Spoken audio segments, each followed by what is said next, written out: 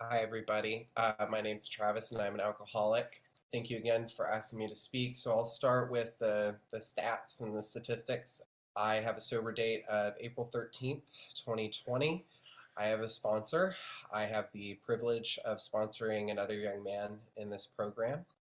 I have a home group, which is where Dylan and I actually met, Room with the View, Friday nights at 6:30. Absolutely wonderful if you can make it in person. I strongly encourage you to come say hi and come join us for a meeting.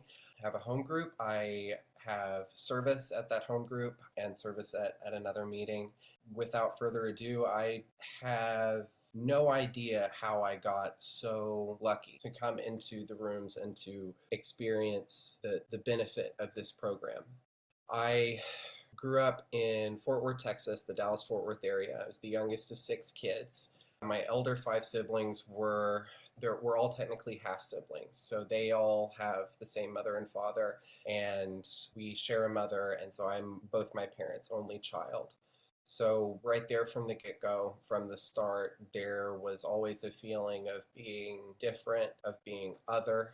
There were several moments in childhood where it was the six of us as one cohesive unit, and there were other moments where it was, okay, the five over here, you're one over here. And that planted a seed in me of feeling different, feeling alone, feeling isolated, and in some cases, feeling abandoned.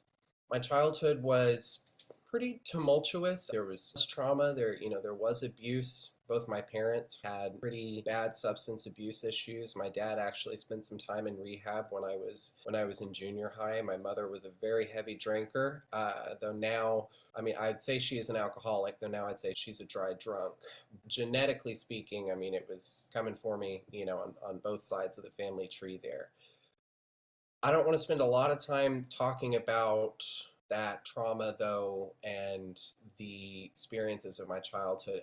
For a long time, even in the first chunk of my sobriety and the first chunk of time that I spent in these rooms, I accredited my drinking and especially my alcoholism with the things that happened to me when I was a kid. I was an alcoholic because I was abused. I was an alcoholic because my dad abandoned me and got addicted to drugs and went to rehab when I was little. And that I realized even as recently as a few months ago was really just an excuse that I've been giving myself to hold on to resentment towards my family and towards the experiences that I'd had and frustrations and anger and bitterness. I'm an alcoholic because I'm an alcoholic. I don't know exactly what the reason is. You could maybe say some of it was genetic, environmental, but from the time I was very, very little, I remember I just did things alcoholically. I mean, when I was a little kid, I mean, I was a big, chubby kid, like I would eat alcoholically. I would read books and play video games and watch movies, whatever it was, even from the time that I was a young child, whatever it was that made me feel good or gave me pleasure in whatever way, I was going to do it and I wanted more of it and I wanted it right now.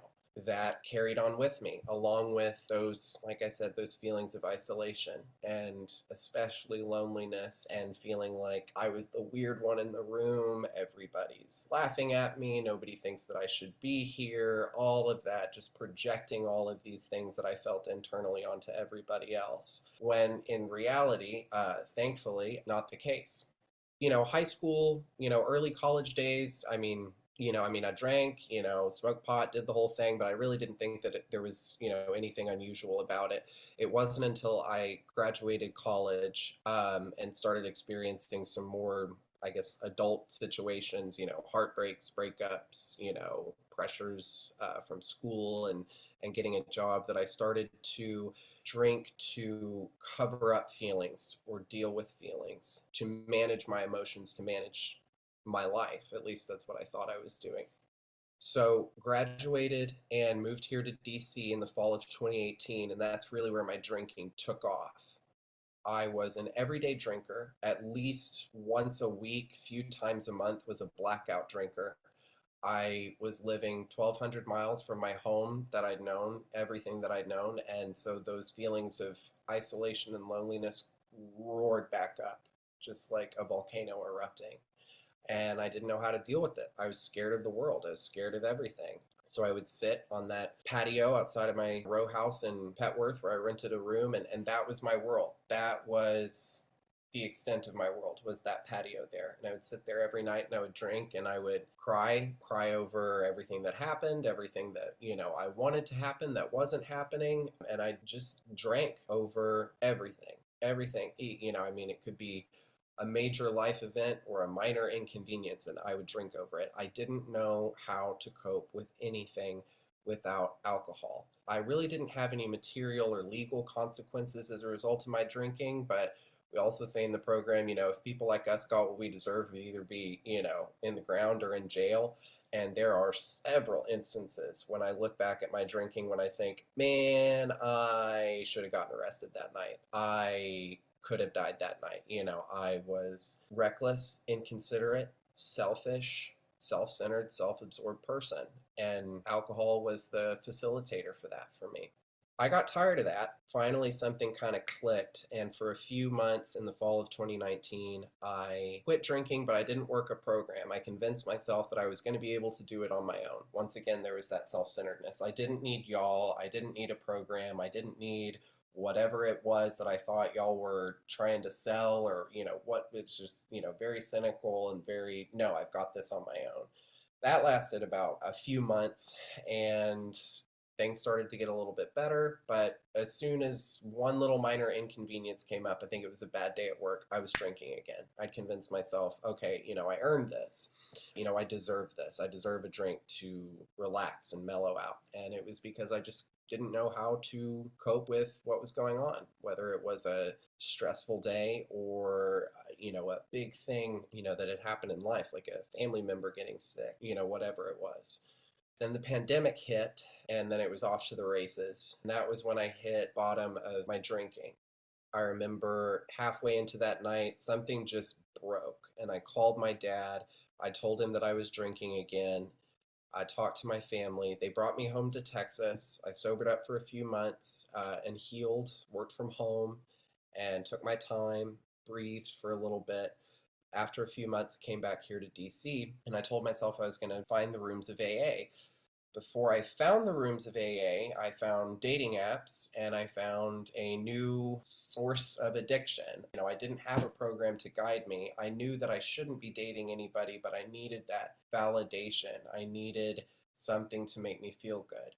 So I started dating this guy. The relationship moved very quickly, very alcoholically, but we dated for a while, fell in love. That relationship started to go south a little bit, and I got really scared, and I thought, oh my gosh, I'm going to drink over this. That motivated me to go into the rooms. And I started going to meetings. I got a sponsor. I started taking it seriously. But my motivation really was to hold on to this relationship. So for the first year and some change of my sobriety, I was doing it. I was working the steps, but I was half in, half out. The program was in my life, but it was a side compartment. It wasn't the focal point. Things got better though. Life got better. I was able to, sustain the relationship. But then things got really difficult again. The summer of 2021, my grandfather, who was more like my father, he passed away. Me and my now ex, we were moving in together. The relationship got very toxic and eventually ended. And that's what I want to talk about, and kind of transition into like what it's like now. It wasn't until my higher power had taken away these things and I experienced real grief at the loss of my grandfather, real heartbreak at the loss of this relationship. Everything had changed. I went from being in one place, having this setup, and I just jumped in. I didn't know what else to do.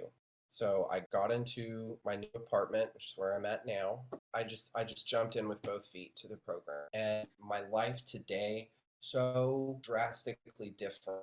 I am giving myself to the program and putting the program first in your life. Everything that you put second will be first rate. And I really didn't understand what that meant until everything that I thought I wanted, and this whole setup that I had kind of envisioned as, what Travis wants, was taken away. I don't have that feeling of isolation and loneliness as prevalent in my life as I did.